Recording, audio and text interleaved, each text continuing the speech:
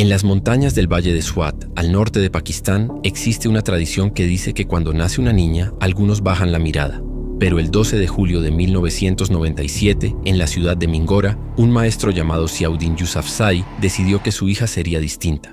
Le puso el nombre de Malala, en honor a Malalai de Maiwand, una heroína afgana que inspiró a las tropas en batalla.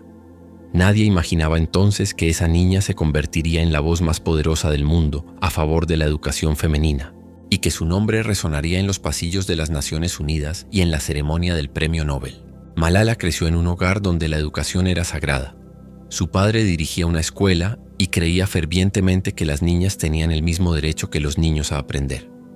En el Valle de Swat, conocido como la Suiza de Pakistán por su belleza natural, Malala asistía a clase con entusiasmo, destacándose entre sus compañeras por su curiosidad insaciable y su amor por los libros. Era una niña común en muchos sentidos. Jugaba con sus hermanos, discutía por el control del televisor, soñaba con ser médica. Pero su infancia transcurría en un contexto cada vez más oscuro. A finales de la primera década del 2000, el movimiento talibán comenzó a extender su influencia en la región. Lo que había sido un valle pacífico se transformó en un territorio de miedo. Los fundamentalistas imponían su interpretación extrema de la ley islámica, prohibiendo la música, la televisión y, sobre todo, la educación de las niñas. Las escuelas para mujeres eran atacadas, quemadas, destruidas. En enero de 2009, el talibán emitió un edicto. Todas las niñas debían dejar de asistir a la escuela. Malala tenía apenas 11 años cuando decidió alzar su voz.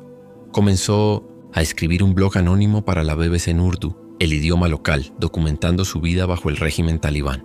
Con el seudónimo de Gul Makai describía el miedo que sentía al caminar hacia la escuela, el sonido de las explosiones por la noche, la angustia de sus compañeras cuando sus padres las obligaban a quedarse en casa. Sus palabras eran simples, pero devastadoras. «Tengo miedo», escribió en una de sus primeras entradas. «Pero cuando recuerdo que si no voy a la escuela mi futuro se oscurecerá, siento el valor de continuar». Su identidad no permaneció oculta por mucho tiempo. A medida que su activismo se hacía más visible, Malala y su padre comenzaron a aparecer en documentales y entrevistas. Ella hablaba con una madurez que desafiaba su edad, articulando con claridad por qué la educación no era un privilegio sino un derecho fundamental. Para 2011, Malala se había convertido en un símbolo nacional de resistencia. Recibió el Premio Nacional de la Juventud por la Paz en Pakistán y su rostro apareció en periódicos de todo el mundo. Pero cada reconocimiento la convertía en un objetivo más visible para aquellos que odiaban lo que ella representaba. El 9 de octubre de 2012, Malala regresaba a casa en el autobús escolar después de un examen. Era un día ordinario de otoño en Mingora. De repente, hombres armados detuvieron el vehículo. Uno de ellos subió y preguntó por Malala. Cuando la identificaron, le dispararon en el lado izquierdo de la cabeza. La bala atravesó su cráneo, rozó su cerebro y se alojó en su hombro. También hirieron a 2 de sus compañeras. Tenía 15 años. El ataque conmocionó al mundo.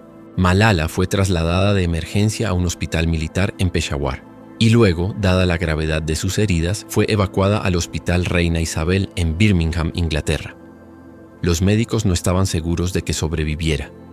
Durante días, permaneció en coma inducido mientras cirujanos realizaban múltiples operaciones para reconstruir su cráneo y reparar el daño.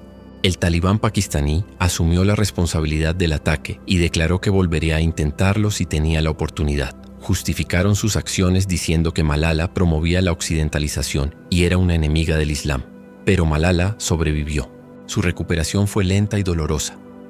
Tuvo que aprender nuevamente a caminar, a escribir, a coordinar los músculos de su rostro afectados por la lesión del nervio facial. Su familia se reunió con ella en Birmingham, donde permanecerían exiliados, incapaces de regresar a Pakistán por las amenazas que seguían recibiendo. Para muchos, aquel ataque brutal habría significado el fin de su activismo. Para Malala fue el comienzo de una misión aún mayor. Menos de un año después del atentado, el 12 de julio de 2013, en su 16º cumpleaños, Malala habló ante las Naciones Unidas. Vestida con un chal que había pertenecido a Benazir Bhutto, la primera ministra asesinada de Pakistán pronunció un discurso que quedaría grabado en la historia. Un niño, un maestro, un libro y un bolígrafo pueden cambiar el mundo, declaró ante cientos de delegados. Su voz no temblaba. Sus palabras fluían con una convicción que parecía mucho más grande que su cuerpo todavía en recuperación. Ese día fue declarado por las Naciones Unidas como el Día de Malala. Junto con su padre, estableció el Fondo Presidenta Malala, una organización dedicada a promover la educación de las niñas en todo el mundo, especialmente en regiones donde el acceso a la escuela es limitado o peligroso. Publicó su autobiografía, Yo soy Malala, que se convirtió en un bestseller internacional y fue traducida a más de 40 idiomas. A través de sus páginas, millones de personas conocieron no solo su historia personal, sino las realidades que enfrentan millones de niñas en países donde la educación femenina sigue siendo un tabú o un peligro. En octubre de 2014, cuando tenía 17 años, Malala recibió el Premio Nobel de la Paz, convirtiéndose en la persona más joven en recibir este honor en toda la historia del galardón. Compartió el premio con Kailash Satyarthi, activista indio por los derechos de los niños. El Comité Nobel reconoció su lucha por el derecho de todos los niños a la educación y su valentía al seguir alzando la voz incluso después de haber estado al borde de la muerte. Durante la ceremonia en Oslo, Malala habló de las niñas que seguían sin poder ir a la escuela, de los niños obligados a trabajar, de todos aquellos cuyas voces permanecían silenciadas. Dedicó su premio no a ella misma, sino a ellos. Su vida en el exilio en Inglaterra continuó. Asistió a la Universidad de Oxford, donde estudió filosofía, política y economía. Intentó llevar una vida lo más normal posible. Asistía a clases, estudiaba en bibliotecas, se unió a clubes universitarios, pero su activismo nunca se detuvo. Visitó campos de refugiados en Jordania, Kenia, Ruanda. Se reunió con líderes mundiales desde Barack Obama hasta Justin Trudeau, presionándolos para que destinaran más recursos a la educación global. Habló en foros internacionales sobre el impacto del conflicto en la educación de los niños, sobre las barreras que enfrentan las niñas en sociedades patriarcales, sobre el poder transformador de la alfabetización. Sin embargo, su figura no estuvo exenta de controversias. En Pakistán, donde había nacido y por donde había arriesgado su vida, sectores de la sociedad la veían con recelo. Algunos la consideraban una herramienta de Occidente, una figura manufacturada para criticar a la sociedad musulmana. Teorías conspirativas circulaban en redes sociales, cuestionando incluso la autenticidad del ataque que había sufrido. Cuando se pronunció sobre conflictos internacionales o políticas occidentales, fue criticada tanto por decir demasiado como por decir muy poco. Algunos activistas le reprocharon que su fama eclipsara el trabajo de miles de defensores de la educación que operaban sin reconocimiento en circunstancias igualmente peligrosas. Malala enfrentó también el dilema que enfrentan muchos activistas que se convierten en símbolos globales, la distancia entre su imagen pública y las realidades complejas que busca cambiar. Su rostro apareció en portadas de revistas, su nombre en titulares, pero las estadísticas seguían siendo desalentadoras. 130 millones de niñas en el mundo aún no asistían a la escuela.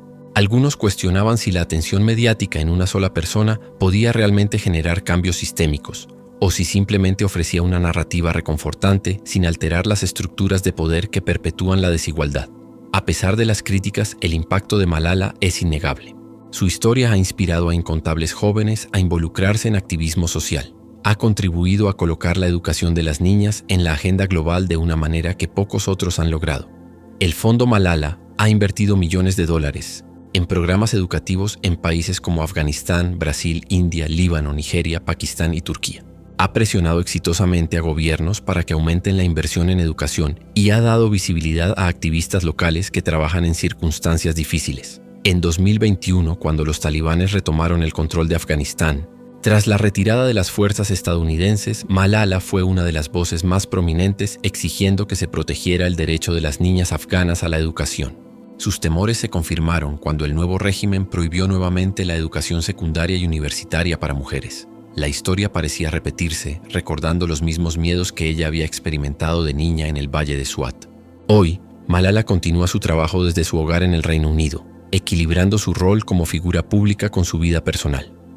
Se ha casado, ha completado su educación universitaria, ha producido documentales y contenido para plataformas digitales que amplifican las voces de jóvenes activistas. Su mensaje central no ha cambiado. La educación es un derecho humano fundamental y la clave para romper ciclos de pobreza, violencia y opresión.